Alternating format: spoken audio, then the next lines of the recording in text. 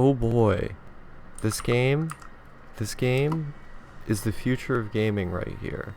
I don't, I don't think you've heard me say this, but 2007 has called, and I am directly broadcasting to you from the year 2007, and now we're going to listen to the iPod and play Bullet Witch on the Xbox 360. This actually is not being played on the Xbox 360. If you can see on my screen, it says activate Windows. We're playing this on Windows because I have a new computer that a friend has given to me. And I thought, well, what better way to max revive the Star Let's Playing career than with a computer that can now actually play and record video games. This is something I've wanted to do for a long time, but have simply been unable to. If you go back through the history of my channel, you will no doubt find instances in which I'm very ardently, very passionately attempting to make Windows XP and computers that should otherwise be running Windows XP in any era that's sensible make run games that should not be streamed. Like, okay, you can play these games on their own, kind of, on that machine, but attempting to stream them? Jesus fucking Christ. What are you, some kind of masochist? Do you just have a sexual proclivity towards or fetish for 10 frames per second going as a line of 5 different people go in and out of a live chat telling you that you're a fucking normie for trying to do this? These are the things. These are the things I put up with before the good computer era. In the pre-computer age, I was relegated to making do with what I had, which was immense and utter technological poverty. And now I'm the only human being. Now I'm a normal human being like the rest of you, which means I'm the only human being like the rest of you, because that's how my circular logic works on a day-to-day basis. This is what we're doing now. This is content. This is what a human being sits down and says, I'm gonna make a YouTube video today. I want to be a human being. What is it like? What is it like being the only human being? Well, you just found out. It means you make Let's Plays on the internet for an audience of 63 people on a gaming channel that literally no one remembers. This is what being the only human being means. You may not like it, but this is what peak performance looks like. You may not be satisfied with that fact, but I am simply telling you that it is one. But yeah, this is Bullet Witch.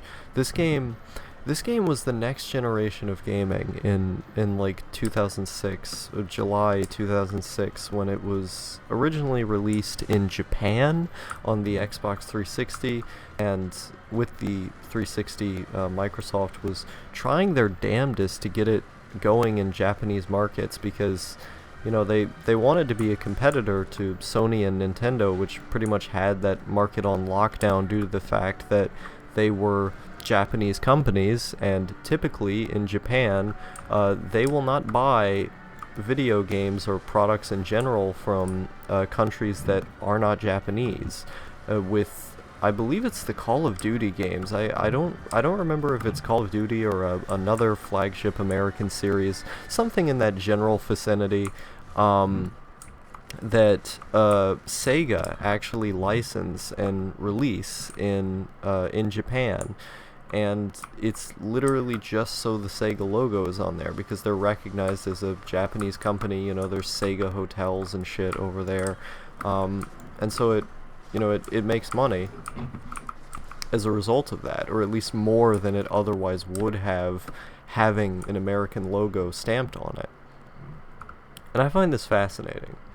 You could link this to some sort of, general burgeoning Japanese nationalism within the culture, or not even burgeoning, like just nationalism that's existed throughout its history to some extent or another, a sense of cultural pride to keep things uniquely Japan. And I think that's also part of why so much of the media that comes out of Japan is so distinct, is that they've remained rather incestuous in how it's created. Anime, for example, typically is looking to other anime for its influences. It's not really looking to things like Western film the way that you might have had in like 80s OVAs. It's looking to possibly 80s OVAs that were inspired by a Western film now like 40 years ago. But then you get to, things like the Monogatari series and Haruhi that are just entirely, the culmination of a general anime culture that has been developed for, the entirety of its existence, but more specifically playing on tropes that were of particular interest at the time, like light novels and... Well, light novel isn't a trope, but tropes from light novels and playing on the general cultural context that light novels themselves would produce. I find that really fascinating. And I think you can, in some way, link this to the cultural context that's already set up by the fact that, with things like consumer electronics, like video games, Japanese people will generally just refuse to stay away. That's the opposite of what I mean. Will generally just refuse to buy into products that are not of their own country. The other problem was that X, specifically like the letter X, has a meaning in Japan that is different from the US, so it's just sort of like a go away. So when the Xbox came out in Japan, not only was it this like rah USA system, it was also like the go away box. Like that's what X means. It's like go away. This is bad. So instead of being the the brand new system that everyone ought to have, this is now the scary go away machine, and that just did not fare well with Japanese sensibilities. And I would imagine that it would only exacerbate that sense that this is a foreign machine when they wouldn't know something as culturally significant as that. But the Xbox 360 tried as hard as they could, nonetheless, to get a lot of Japanese exclusives there. And you get games like this, like Bullet Witch, which came out far before the American and European release in Japan, almost a full year before. And this game, you can see, is catered towards a Japanese audience. You can see that this game is meant for people who would play video games in Japan. It's got a female lead with a giant gun running around in sort of a scantily clad black outfit. The gameplay style is rather simple. You just sort of shoot through enemies in order to progressively move these shield things. I don't know exactly what these are. These are like shields that block you off for a time until you shoot everyone in an area. Whatever they are, they can be damned annoying to remove. But like wide open spaces like this is characteristic of a general Japanese kind of game where it's not really like focused on any particularly serious story. Like, I mean, this game is set in 2013. What did they expect? A futuristic scenario in which aliens have invaded the Earth in 2013. The near distant future in 2006. Like, the story for this game is very silly. I've barely paid attention to it.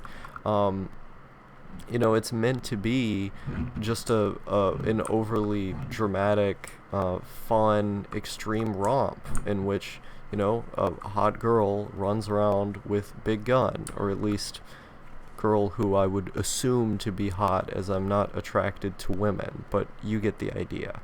It's it's very much like just simple shoot a bunch of things in an overly stylized setting, um, with again these wide open spaces. And I notice this a lot in games like Akiba's Trip, where you just have a cool looking girl and she slices through enemies. I think you can shoot stuff in that game. I don't quite remember. Is that an enemy over there? Yes, those are enemies. I think you can shoot stuff in that game. But like, it's just a simple run around, kill people experience. Like, there's not that much to it. And I mean, you could say, oh, well, what about the games in America? You have Call of Duty and first-person shooters. Isn't that just simply running around and shooting things? Well, no. In a lot of the third-person and first-person games that end up coming out over here, you don't have these just wide open spaces where I don't think I'm going to be able to... How do I get back to those guys? Wait, no, I can just go up here. Okay, I'm retarded. Yeah, a lot of wandering around in this game. I don't think I'd call it a where the fuck do I go kind of game, but it certainly is a game where I specifically don't know where the fuck to go sometimes. But it's not, it's not treasure hunty enough to be like one of those games. It's not. I don't put it on that official level where like a normal person wouldn't get confused in this. It's just because I'm autistic. But like, oh shit, there's a sniper up there. AK with the scope. Oh no, I'm dead now. Yeah, that happens to me sometimes. The fuck was I talking about? Oh yeah. So, in third-person and first-person games in the U.S., generally, or I should say the West, generally what we try to prioritize are spaces that have not so many enemies that you're like experiencing an overbearing or overstimulatory kind of experience. That would be like a bullet hell game, which Japan, also seems to prioritize to one extent or another. No, like, our shooting games seem to have like a healthy amount of enemies. Maybe you could tie this back to games being generally easier in the US. Like our games tend to not overwhelm you or overbear you with so many enemies at once that you're just like unable to act.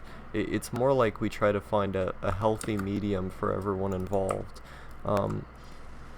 And that's cool and everything, but in Japan, what I've noticed this general trend of these large open spaces with only like a couple enemies and then highly stylized aesthetics, and then the other extreme being games with small spaces or really large spaces that just overcrowd you with tons and tons of enemies. And I think this is partly as a result of the fact that Japan has a much larger AA game industry than the US does. In the US, it's AAA games and then like indie games, and that's it. Like, you have people making small indie games that are often 2D or don't have a whole lot going on, that are just meant to focus on an interesting mechanic or an interesting idea. And then you have the AA games that have literally, or AAA games that have literally millions of dollars funneled into them that very often don't make back their budget because they're so insanely expensive. I think Tomb Raider, even though it sold massively, lost like millions and millions of dollars as a result of being as visually dense and realistic as it was. But that's video games now.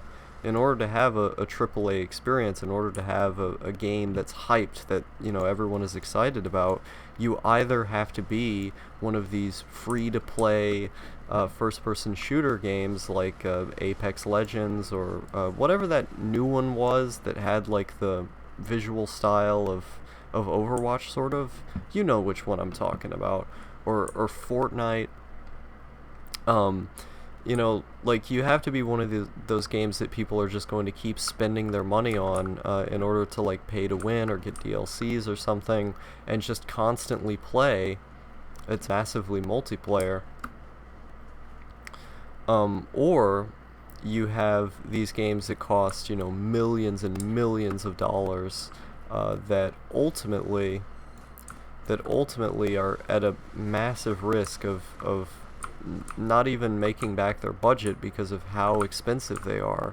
Games that people might need to buy 2 copies of in order for it to come at a profit.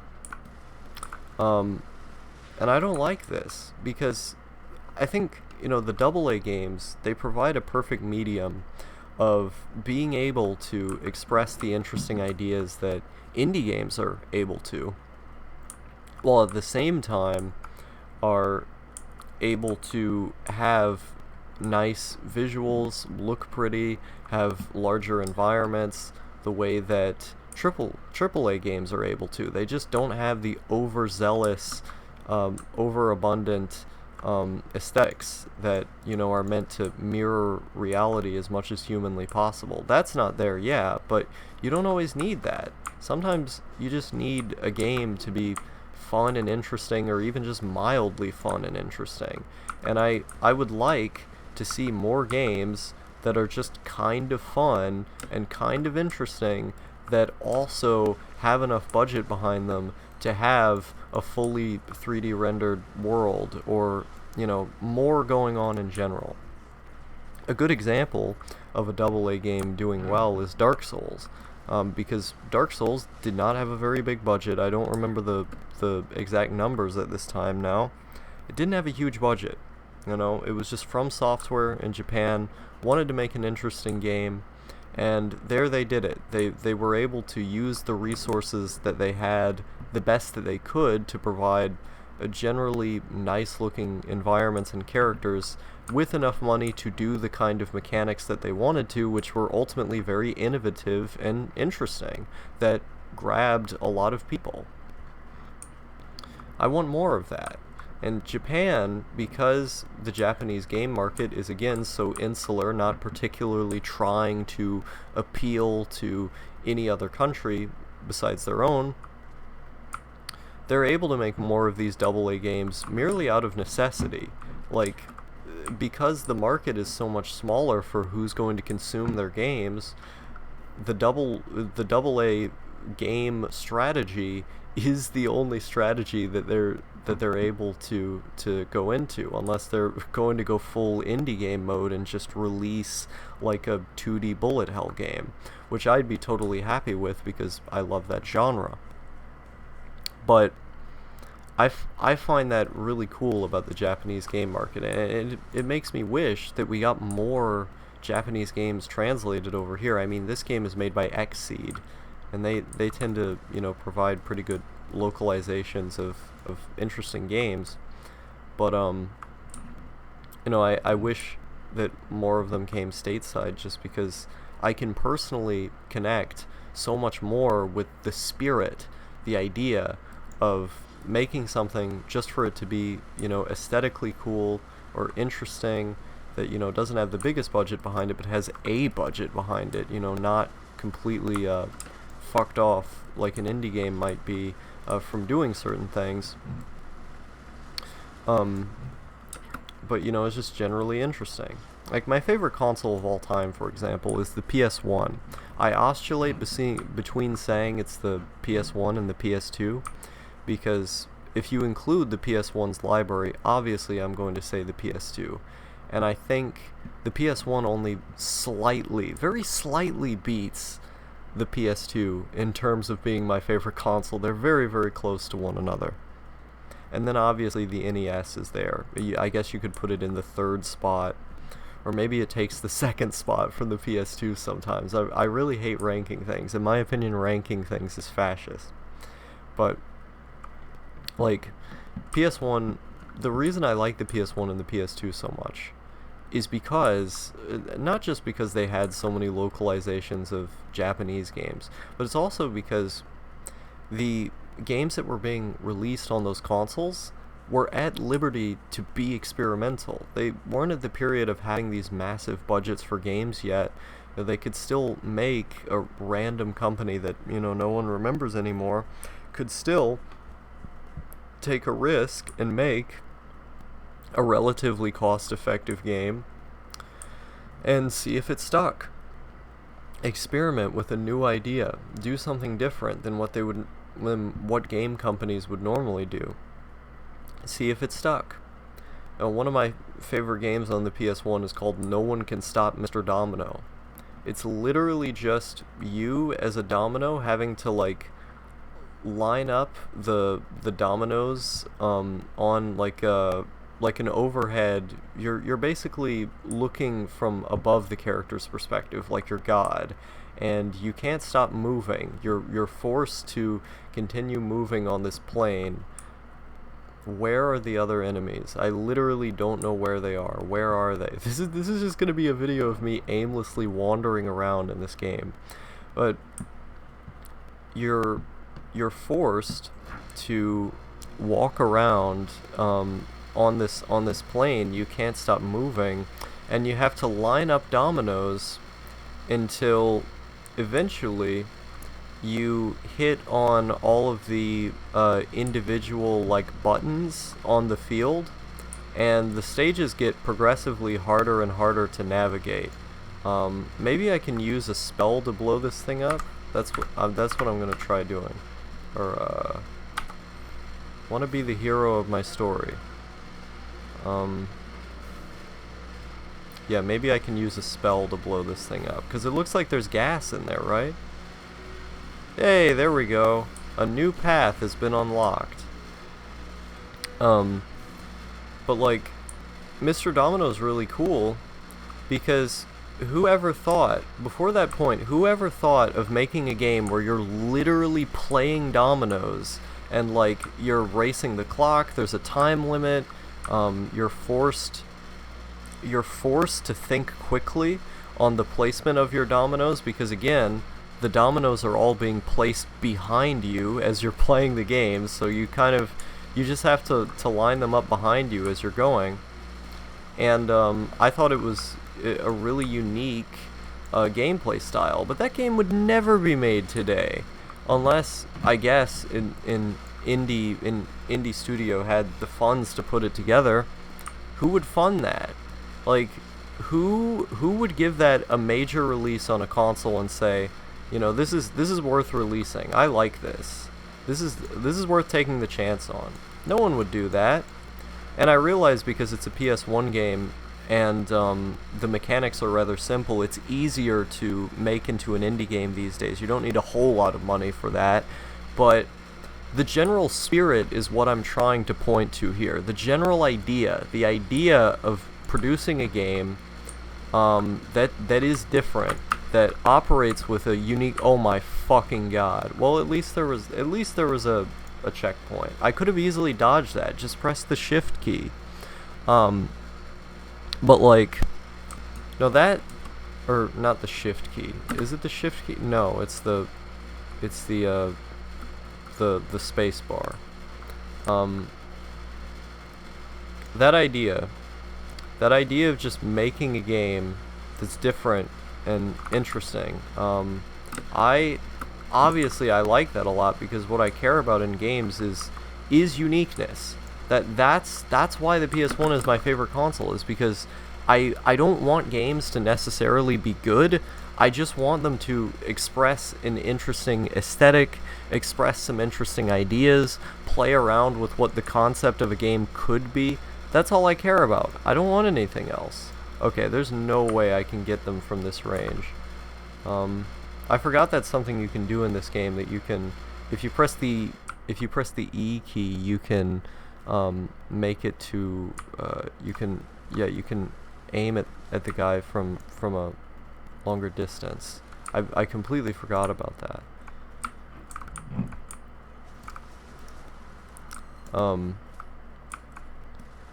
But I mean, another big example of this would be a game like LSD: The Dream Emulator, kind of a meme game in internet circles these days. it's literally just a walking simulator, but through like a whole bunch of interesting aesthetics that look cool and feel good to walk in. I think actually giving examples of PS1 games is bad because most of those could be made these days on like Steam or something. But the PS2 had a lot of them, like Siren. Oh, Siren's a great example. It's literally a horror game where you don't have weapons. Like, you basically don't have weapons throughout the game, and you have to run away from enemies most of the time. And because you don't have weapons, you have to get creative about how you're going to survive in the game. And it's really nerve-wracking. There's a lot of like resource management stuff going on. It's very dark. You can't easily see a lot of the stuff that's going on, and there's like enemies everywhere. You're being chased around all the time. You have to get creative. That wouldn't be made as a AAA game. It's too niche. It would be too difficult for people. Stuff like that. I mean, you could go into the Fatal Frame games as well, which the Wii U Fatal Frame game was exclusively put out physically in Japan. They didn't even bother giving it a physical release in the US. So there's all these possibilities that video games have within them as to, you know, what can be done with the medium. It's just that potential's not being unlocked because, oh wait, that would just be me jumping into the ocean. So if I can't go over there, then where can I go? That's the question. If I've killed everyone over here, then where am I supposed to go? And with the Xbox 360, you had a lot of that more indie mindset, or just like games that don't even have a AAA budget coming out on it in Japan. Things like bullet hell games, hentai games. A lot of weird 2D stuff was getting a physical release on the console. And for someone like me, again, that's really cool because those are the kind of games that I enjoy. Games that just express an interesting aesthetic, do something a bit different, change things up a bit. And of course you had the weird AA stuff. So the Xbox 360, their strategy was to just sort of let people do whatever they wanted on the system. You know, license most things that people in Japan wanted to put on the console. And so it was sort of seen as the otaku console in Japan. The console that, if you were really into anime, if you were really into these niche games, there was a place for you there. You know, there was something for you on the system if that's what you liked. But eventually, Microsoft saw what Microsoft in Japan was allowing on the system, and they were like, you know, we don't want our brand associated with this.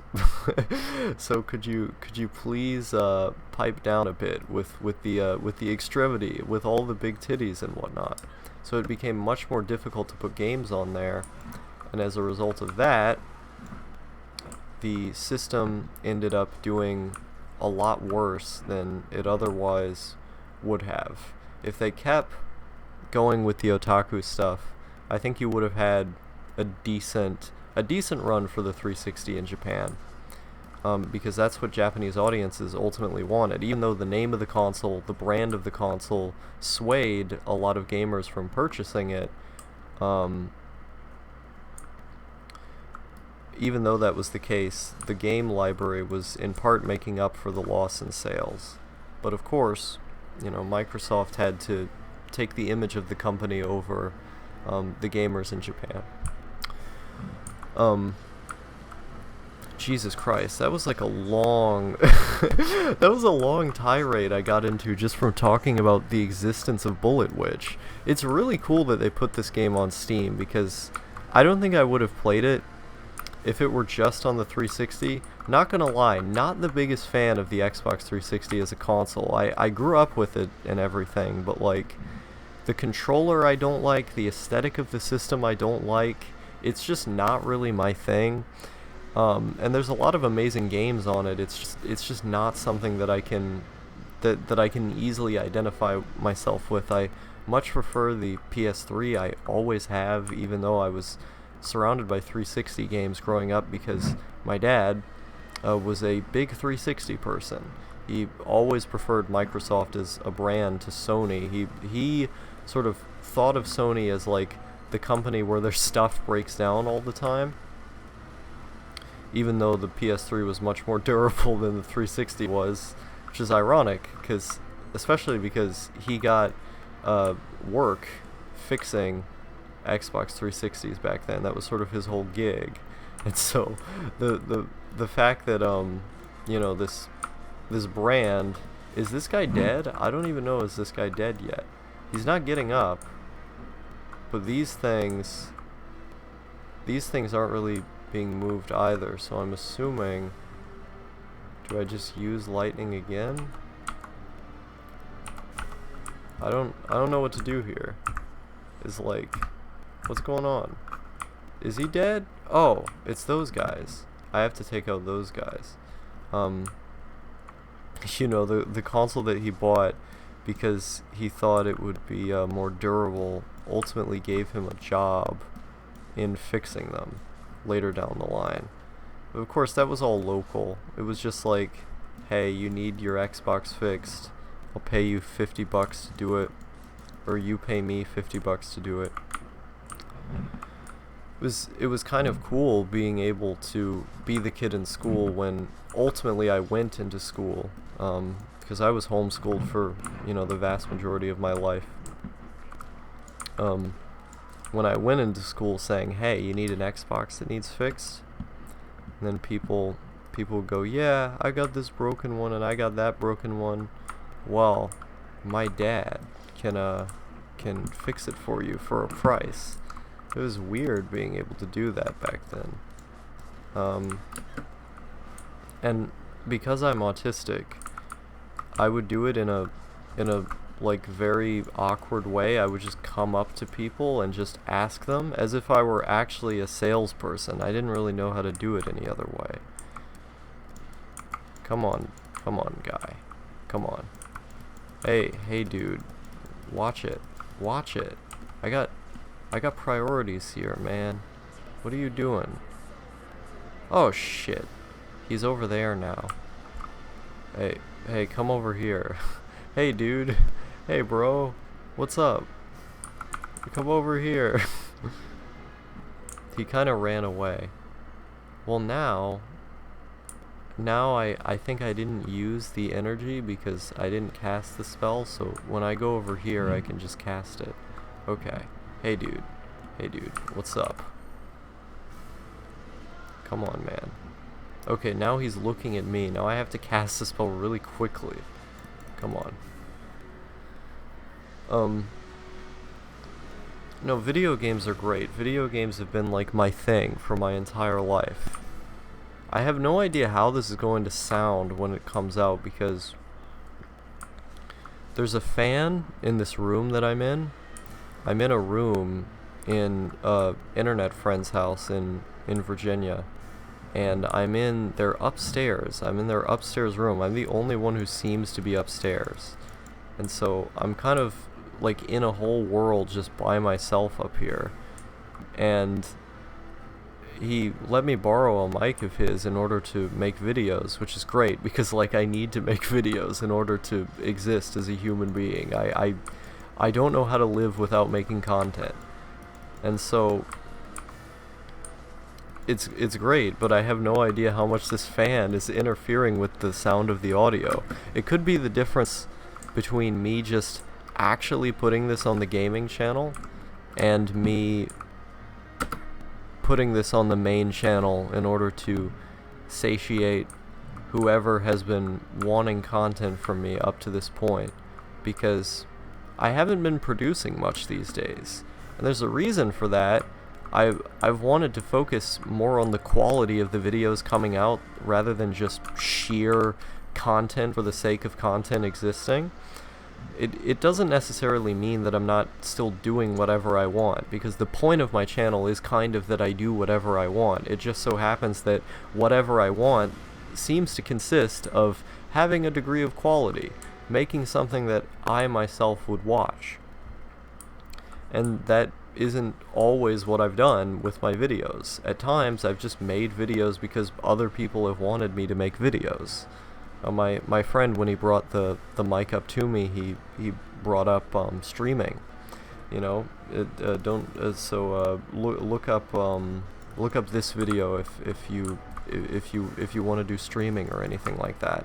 It was kind of like, it was almost like he was suggesting to me to stream. But it was like I can't even stream anymore. I literally just can't. Like, my anxiety gets so bad whenever I try to stream that I can't properly speak. Or like the last stream that I did, the one that I unlisted, the 6-hour one, the only reason I could get through that stream was because I was drinking. If I'm not drinking, I just can't stream. My anxiety gets so bad that I can't do it. And I used to be able to do it. That's what's weird, is that I used to have like a decent level of functioning when it came to doing live streams, where, you know, I could put out the video and a lot of people would want to watch the video after the fact, or when the stream was over, people thought it was interesting enough to listen to because it was like a podcast. You listen back to that stream, I'm just constantly stuttering over my words. I have no idea what I'm doing. Again, partly is because I was drunk, but I wouldn't have been able to do the stream if I was not drunk. You know, I had to be drinking, or else my anxiety would be overcoming me so much that I just wouldn't have started the stream. So it seems like my anxiety has gotten worse, like much worse in recent times, because I used to be able to stream and now I can't. And so I prefer the Let's Play format because of that. Because, you know, if there's something that I need to edit out, I can, and there's no sense that there's an audience actively listening to anything I'm saying. It's just me saying it. It's just me alone in the room talking to myself, you know? So I don't have any illusion that there's a person in front of me. So I can be much freer than I normally am. That's why I often call my content the most authentic way to hear me, is because when I'm around people, I get so anxious that I'm not being authentic. I'm not really saying any words at all a lot of the time, because I become paralyzed by the anxiety, you know, unable to speak. My brain just shuts down. When I'm making a video, I can just say what I'm thinking, and it can free flow like this. It wasn't always like that though. Even with pre-recorded stuff, if you go back through videos of mine in 2017, 2016, 2015, I always look terrified in front of the camera. I look really scared. You know, multiple of my friends have brought up this observation to me, that I look terrified. And it's because as I was recording the video, I was imagining the people who might see it.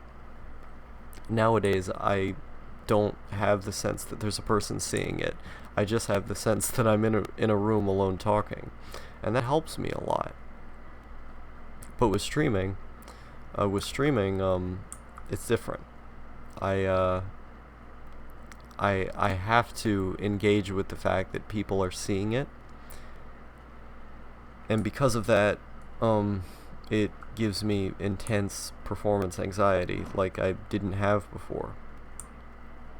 I want to blow this thing up right here.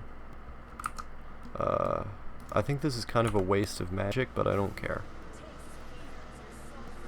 Something I've noticed a lot in my videos that I get really annoyed by, that I want to change, that I don't want to do this all the time anymore just because I feel like it gets repetitive and annoying, is me saying "as a result of" constantly, and like using certain words. Like I say cumulative a lot.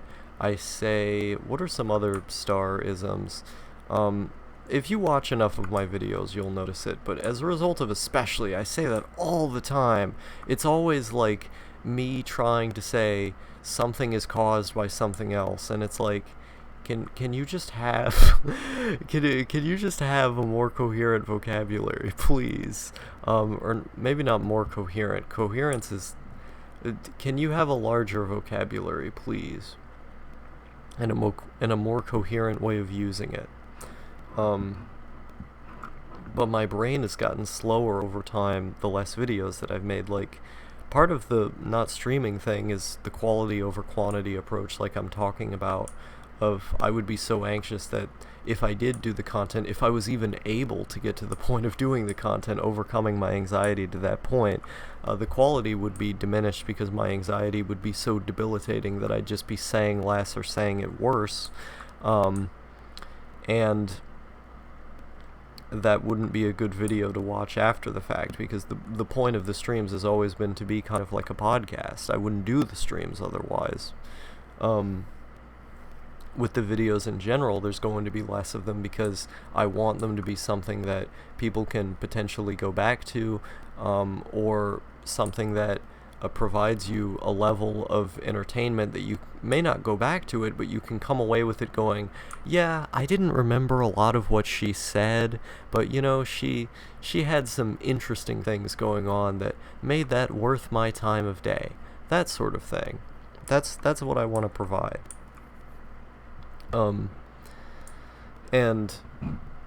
with this Let's Play, you know, my thought process was, I can put this on the main channel as an advertisement for more videos coming out on the gaming channel, because I want to max revive the gaming channel. I want to make the Osaka, formerly known as Outlaw Plays Games channel, into a thing again, into a thing that people are willing to watch and care about and want to watch. I want to do regular. I'm not watching the cutscene. The cutscenes in this game are super cheesy. No point. Allows you to heal dying. Okay. Oh shit. Oh shit. Here we go again. This guy's got like serpents coming out of his dick and shit. What the hell? No, he has serpents for arms. It would be cooler if he had serpents coming out of his dick. I think I'd like that. But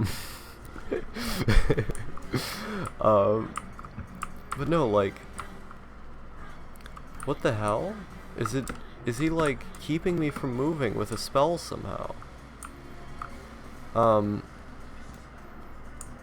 But I wanna start doing more Let's Plays of games. Either stuff that I just like have on console, like PS2 games, because I'm really into the PS2.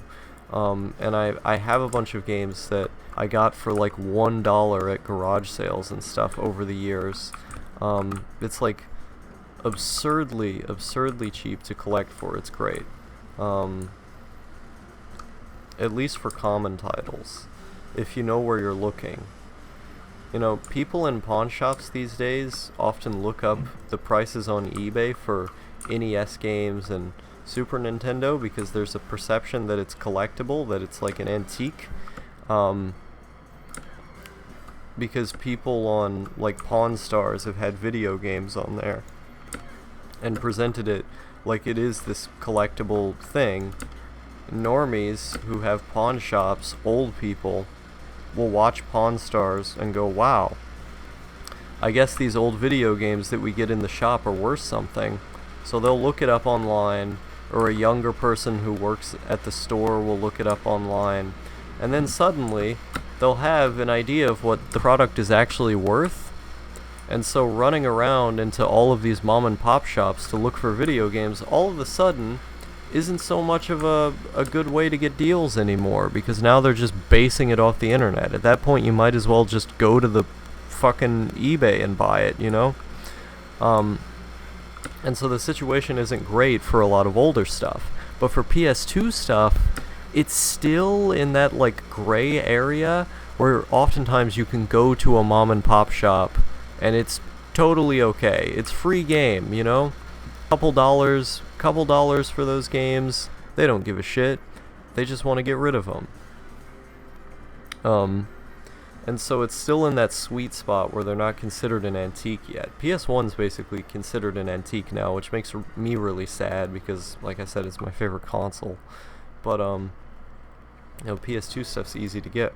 And so I have a bunch of, like, leftover PS2 games from, collecting around.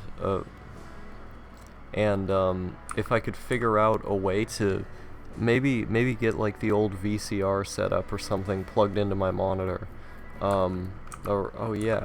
Ability, hit points, yeah, I'm gonna need this. Magic points, yeah, I definitely need this. Witchcraft, what can I afford? Element shot, willpower can be used, it pushes nearby objects back. Power heals injured civilians, power up to increase range. Yeah, that sounds cool.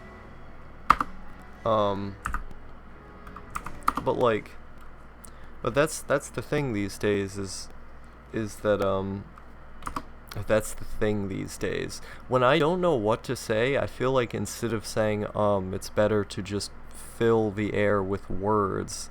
But when I do that, I get annoyed too because the words don't particularly mean anything. It's like saying it's a case of. I used to say that constantly in videos because, hey, at least it's better than saying and drying up the airspace with completely useless sounds that don't even have a semblance of language behind them. Don't even have don't even have a word to be associated with them. They're just sounds. There I go again. But like using filler words and filler sentences or filler phrases that don't have a whole lot of meaning from them, I feel like is a bad way to fill the air as well. It's better than saying and making sounds again, but like there's got to be a better way to have a consistent stream of consciousness than doing that. And I think it's a matter of literally just getting faster when it comes to thinking.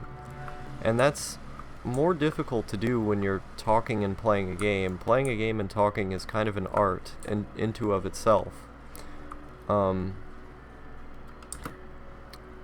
But even though I have to think more in that scenario because there's more stimuli, I think the best point that I could get to is a point in which I can just go. I don't have to have any stop gaps between sentences. I don't have to use any filler words or fill the air with a lot of ums. I don't have to use phrases that don't have a lot of meaning in them. I can just say words, just flow between ideas easily. Have a sense that everything is natural. That's what I really strive to be able to do because most of my favorite content just acts as a friend simulator. It's just a window into another person's existence through them speaking. Brief, but a window nonetheless. And that type of content of a person just talking and not having the immersion that you would get in the experience of listening to them talk, into the act of listening to them talk, I should say, and looking at the footage that they're speaking over. Oftentimes that's broken for me by hearing the little inconsistencies in the speech, in noticing the places in which they made a mistake or had to take time to think. Not always. I'm more tolerant about this with other people than I am with myself, but it's nonetheless something that I notice. And when I look at my own content, I want it to be something that as closely mirrors what I would want to watch as possible. It's always been me attempting to fill a gap, me attempting to make something where something did not previously exist. In my case, there was a specific lifestyle that I wanted to showcase on the internet that I did not believe was being showcased, or at least not being showcased in the way that I would. There were elements of other content that I found inspiring that I wanted to use in my videos, that someone from the kind of lifestyle that I wanted to project onto the world and share with you would not have otherwise chosen. That they would not have made those choices in how the content would be made that I would choose from that position. And so the idea was to not have something be entirely unique, but to more so have a unique synchronicity of elements, things coming together that no one else would have put together besides me. And of course have stories that only I could tell and things along those lines, but would someone as a NEET who makes videos every day about being a NEET really want to play Bullet Witch, a game from 2006, 2007, and then talk about the dichotomy between AA and AAA games and how they're less prevalent nowadays, how Japan has a unique cultural context in which games are being produced, how LMAO guys, this is the next generation of gaming I'm playing right here. Like, I don't think there's a NEET YouTuber, quote unquote, who has the same kind of interest or proclivities, inclinations towards the things that I do, who would make the commentary about them that I would. Certainly not with the level of experience that I've had, because I've been making videos for, Christ, almost 6 years now on this channel. Yeah, in February of 2021 it will be 6 years that this specific channel has existed.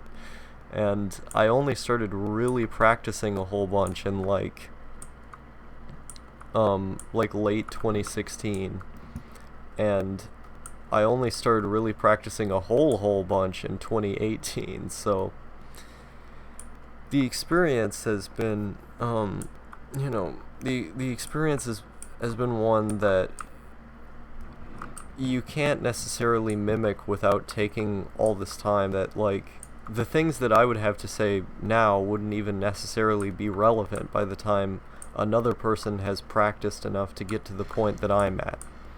And so there's always going to be an amalgamation of factors influencing the content that's being produced. Like, I've been thinking a lot about 2016 recently. Why am I so nostalgic for 2016? And part of it is because obscure political ideologies just were not a thing back then. Like, you would not hear normies on Reddit, or normies on YouTube for that matter, making commentary or making light of, making jokes about something like anarcho-primitivism. They would not even know what anarchism is. They wouldn't. They wouldn't mention it. They wouldn't have any drive to mention it. But because memes have been so shaped by the political context that we're in, and because it's the Trump era, where now everyone has an opinion on politics because no one can shut the fuck up about politics. Now, all of a sudden, these obscure ideologies that, J-Reg and those sorts of people make memes about are at the forefront of the culture. And everyone has an opinion about them. Everyone has something to say about them. It isn't just an insular thing that, nerds on political message boards have things to say about. Now everyone has something to say about it, because it's the Trump era, and everyone is political, and everyone has gone nuts because everything is also a joke. And I don't want to deal with that. at least in 2016, as the election was going on, there may have been a lot of incendiary things going on between YouTubers and stuff like that, whether or not they chose Hillary or Trump. But there was also largely apolitical sentiment as well. People saying, "I don't like both of them. I don't want to have an opinion on either of them. I just want to grill in my backyard, and that's what I'm gonna do." And so you would have content that was largely comfy, that kept politics out, that you wouldn't have it as like a sideways meme in a video. It just wasn't there. It didn't exist. And now everything has been corrupted. Now everyone has an opinion on it. Everyone is more connected than they've ever been. Jesus fucking Christ, especially with pandemic. With the pandemic, everyone has been in their house, and so now, when I was unique in my struggles of being a hikikomori, now everyone's a hikikomori, and now everyone has an opinion about being a hikikomori, which has made my life even worse, because I can't just explain. I just sort of like being a shut-in. Yeah, I struggle with immense, horrendous anxiety, and that's one of the main reasons why I'm locked in my room, is because my heart palpitates when multiple people are in a room. But hey, I also kind of just prefer having an insular life where I can consume media. It doesn't depress me that much, as long as I have my copes. As long as I have my copes, I wouldn't be anywhere else. I can't explain that to people, because then they would go, "Well, when I was in lockdown, I was so depressed, and I had suicidal thoughts for the first time in my life. And you know what else happened? Time didn't exist anymore, bro. This is such a unique concept. I can't believe no one has ever experienced this before. Time didn't exist. You have to know what day of the month it is. You have to know what day on the calendar it is just from waking up, bro. That's like unnatural not to have calendars, bro." Disregarding the fact that for a large part of our existence as a species, things were not scheduled based on the arbitrary numbers on a calendar. But I used to be able to say, "Yeah, I don't even know what day it is most days. I don't even pay attention to what day it is most days. All of them just blend together," and they've done that for years of my life now. I used to be able to say that, and it was like a unique thing. It was like a quirk for my personality. Like, people could go, "Wow, Star, so interesting." And nowadays it's like, yeah, to get a life, weirdo. We're all experiencing that, and it's horrible. I know what that's like. Like, generally I want to be understood on things. Like, my incessant drive to explain things is based on a lifelong drive to be understood, because of a larger sense of performance anxiety and shame for existing as a human being. But there's also that part of me that just wants to be unique and different. And back then, back before this whole pandemic, I could say, "Hey, I don't know what day it is, and I haven't for years now." And people would go, "Ooh, she is so unique." Now I can't do that anymore. Everyone knows what that feels like, because they've been on lockdown. And all of these things that have changed, again, in the realm of people all having opinions on politics now, and I can't just have a comfy time, and in the realm of all sort of knowing what my lifestyle is like, and so I have to up the ante and become even more abrasive in order to stand out.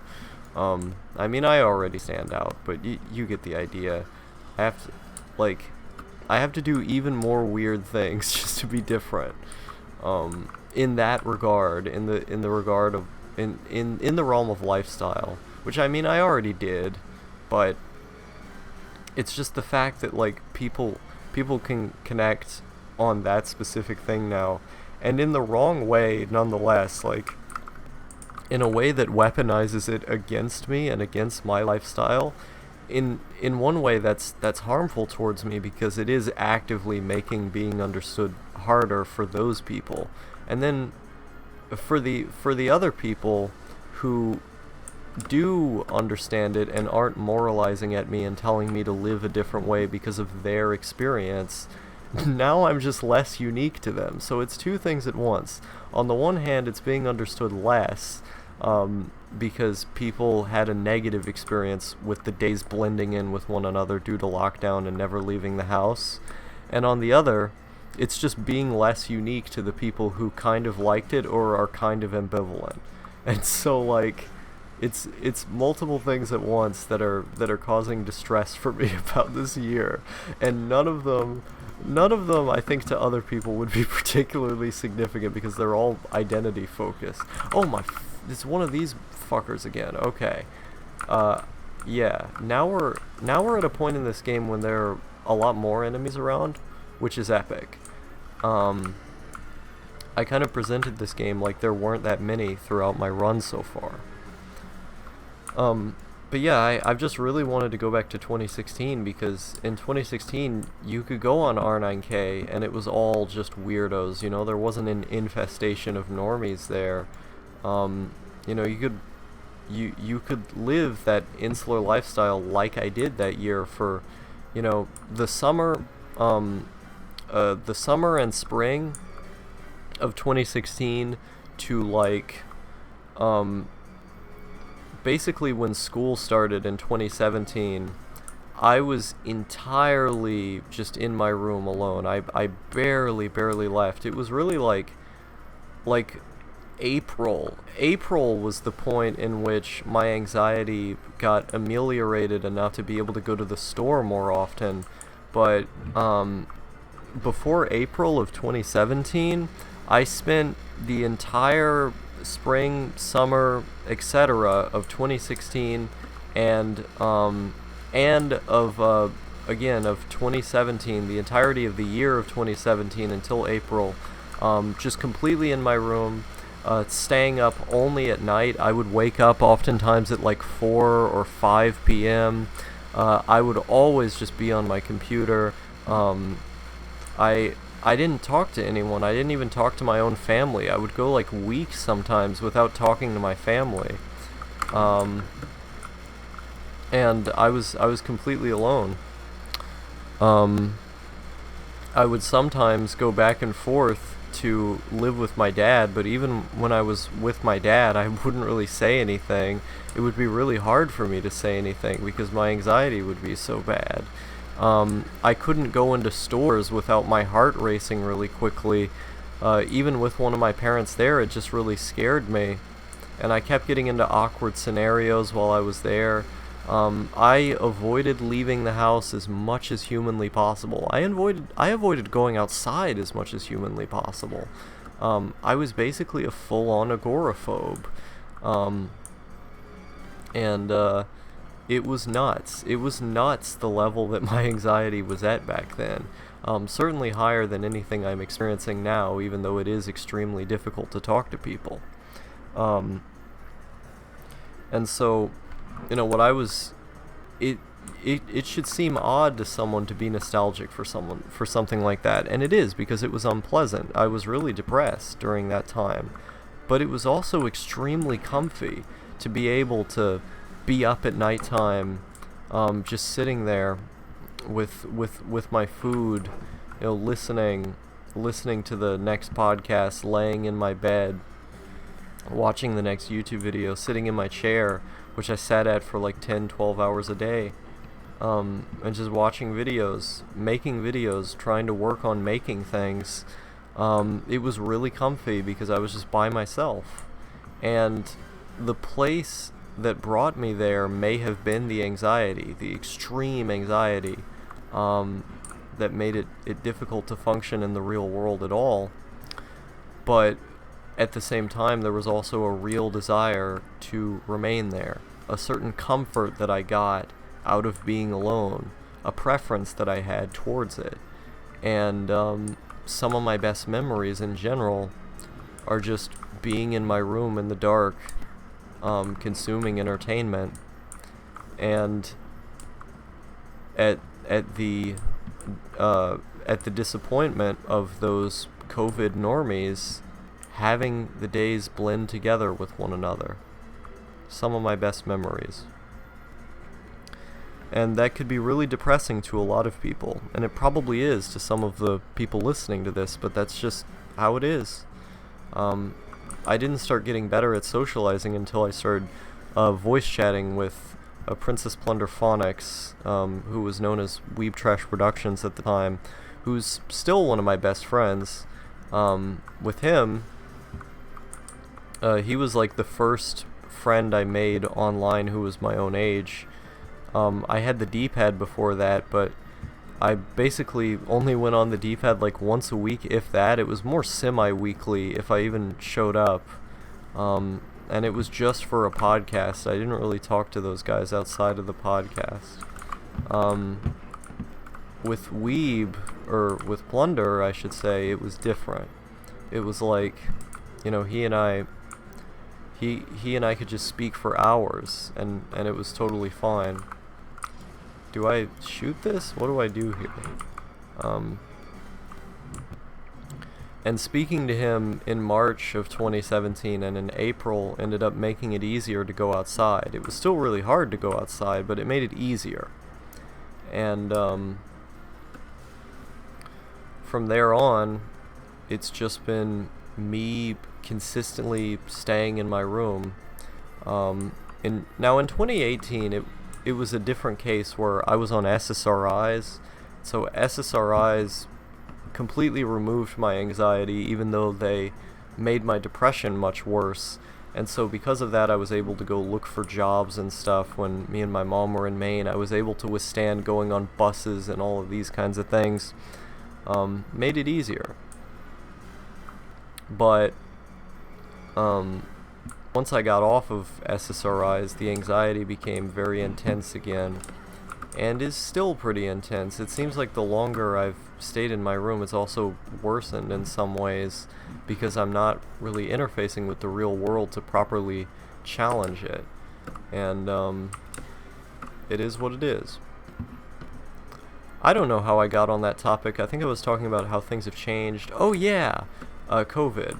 and 2016, the longing to go back to 2016, which is what everyone I know seems to want to do. Like, it's there because the way in which things have changed don't really feel conducive to comfiness. I still get comfiness a lot of times, like, things aren't super bad for me. But like, you know, there's a certain climate that time brought of being less political than things are now, of being like less aware of these sorts of trends, of like being isolated was unique. Like, the ways in which things have changed feel like they've just made me less interesting on a lifestyle level. Like, as we're talking about lifestyle, I feel like they've just made me less unique, the way things have changed over time. And less comfy as well. But you can't entirely live in the past. You just sort of have to do what you can with what you have, and attempt to bring about the spirit of the past in a new context, in any way that you can. That's kind of what I'm doing with this video, because Let's Plays to a lot of people seem to be overplayed and outdone, but I love them as a format, as a medium. They are immensely comfy for me. So even if everyone else isn't interested in them anymore, even if they aren't a trend, so to speak, I mean, they were dying in 2016 when I was getting really into them. I'm gonna do them regardless of what other people have to do.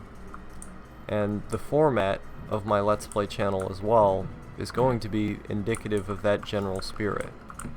I don't think there's any enemies in here. They might be in this one over here, because I think enemies in the bathrooms. I don't think I've been checking the bathrooms for enemies. I think that's why it's not letting me progress yet. Yeah, I don't know where they are. Maybe they're in here? I think I went in here already, that's the thing. They're not in here. Oh, here's one. Okay.